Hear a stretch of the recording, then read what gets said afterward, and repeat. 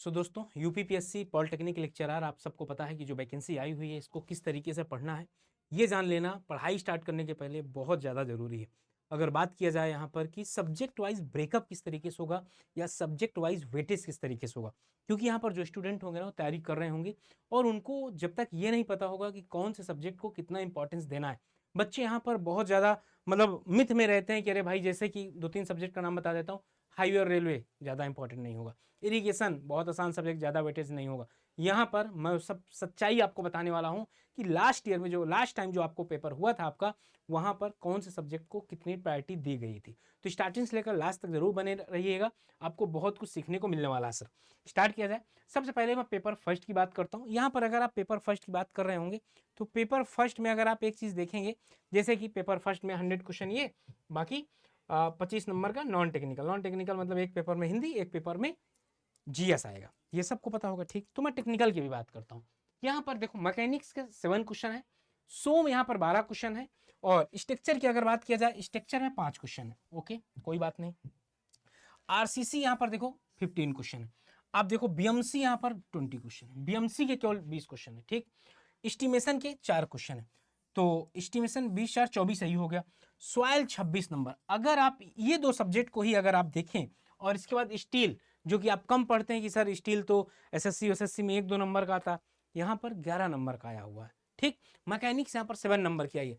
आप ये सारा देख लीजिए इंपॉर्टेंस। अगर मैं यहाँ पर इंपॉर्टेंस की बात करूँ, केवल 2 सब्जेक्ट को मिला लीजिए या हो सके तो 3 सब्जेक्ट को मिला लीजिए।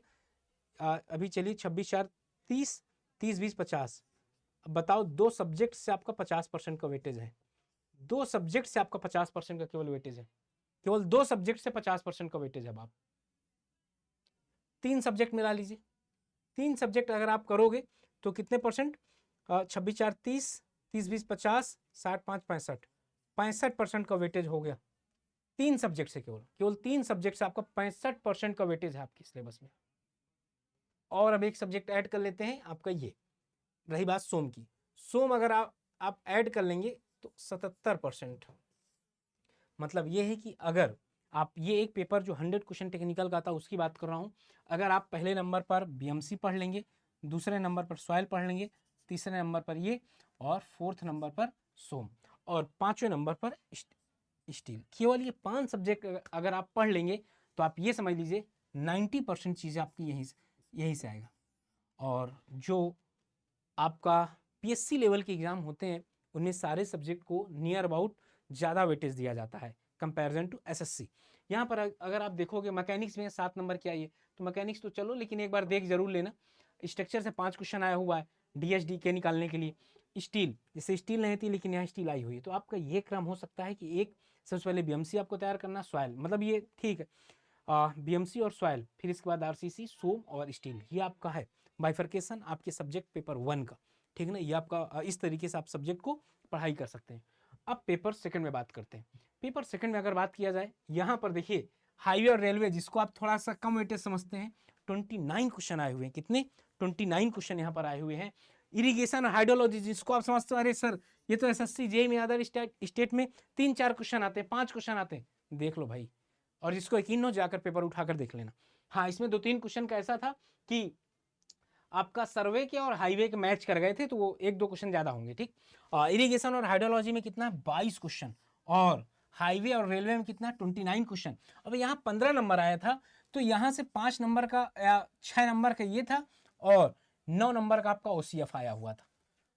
Environment engineering 17 number. अब आप समझ लो कि अगर आपने केवल इन 3 सब्जेक्ट को पढ़ लिया, इन 3 सब्जेक्ट को पढ़ लिया, तो 9 2 11 7 18 2 4 6 68%। अब आपका ये 3 सब्जेक्ट केवल 68% नंबर दिला सकते हैं। ये 3 सब्जेक्ट केवल 68% नंबर आपको दिला सकते हैं। ओसीएफ का अगर यहां पर ऐड कर लेता हूं तो 77, और ओसीएफ पता है आपको 3 4 5 लेक्चर का है।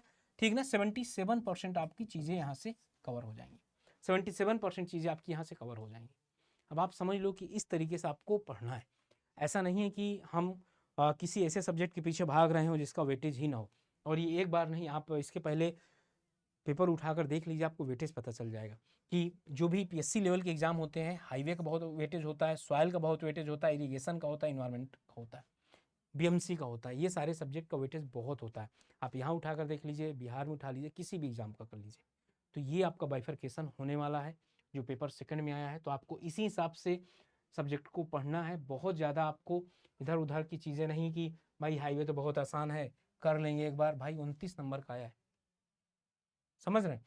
इरिगेशन हाइड्रोलॉजी हो जाए 22 नंबर का आया सर, इन्वायरमेंटल 17 नंबर का आया हुआ है, सर्वे आपका 20 नंबर का आया हुआ है, एफएम और ओसीएफ 15 नंबर का है।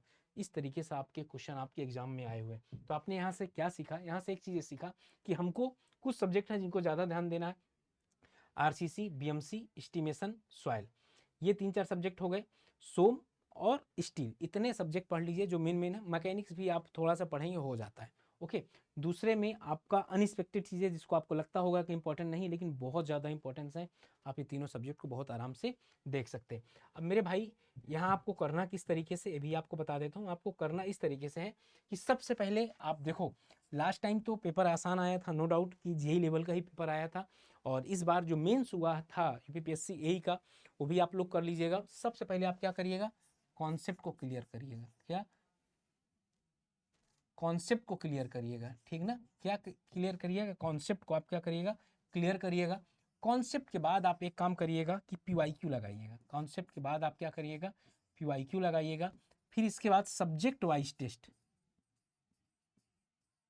सब्जेक्ट वाइज टेस्ट लगाइएगा, सब्जेक्ट वाइज टेस्ट लगाना है। फिर इसके बाद आप मॉक टेस्ट में जाइएगा। और इन सब के बीच में एक जो कॉमन चीज़ है, रिवीजन। क्या, रिवीजन आपको लगातार करते रहना है, और थोड़ा सा डेप्थ में पढ़ लीजिएगा, क्योंकि जो 2019 में एक बार यूपीपीएससी यही हुआ था, जब यही वाले पैटर्न का था, तो भाई इतना पहला पेपर इतना टफ आया था कि लोगों से हिला नहीं था पेपर, समझ गया ना। तो इस वजह से मैं आपको तैयार रखना चाहता हूँ पहले से, कि आप लोग तैयार रहें। तो बहुत अच्छी बात है सर। देखो फिर से बता दूं, यहाँ पर ये आप लोगों के लिए परिवर्तन बैच है, आप चाहें तो यहाँ पर इनरोल कर सकते हैं। और ये जो बैच है आप लोगों के लिए पूरा मतलब सिस्टमेटिक बैच मिलेगा सारे सब्जेक्ट, क्योंकि मैं खुद ये लेक्चरार का 2 बार इंटरव्यू दिया हूँ भाई, तो मुझे आइडिया है कहाँ से क्या चीज़ें पूछी जाती हैं, ओके। तो आप ये देख सकते हैं। और अगर आपको सबसे लोवेस्ट प्राइस में चाहिए तो केवल एक ही कूपन कोड है, वो ये है Y579। अगर आप ये लगाओगे Y579, अगर आप ये लगाओगे ना, तो आपको मैक्सिमम डिस्काउंट क्या होगा, मिल जाएगा सर। और आप अगर महापैक में इनरोल करेंगे, सिविल, मैकेनिकल, इलेक्ट्रिकल, किसी भी महापैक में, तो एक इसमें सबसे अच्छी बात ये होती है कि आपके सारे बैचेज, वो चाहे एसएससी जेई के हों, चाहे रेलवे के हों, चाहे यूपीपीएससी को, बीटीएससी को, सारे बैचेज का एक्सेस एक ही जगह आपको मिल जाएगा। यहाँ पर भी अगर आपको मैक्सिमम डिस्काउंट चाहिए तो एक कूपन कोड है, उसका नाम है Y579, ठीक ना। ये लगाओगे तो आपको मैक्सिमम डिस्काउंट मिल जाएगा। और डेली शाम के 6 बजे मेरी क्लास होती है।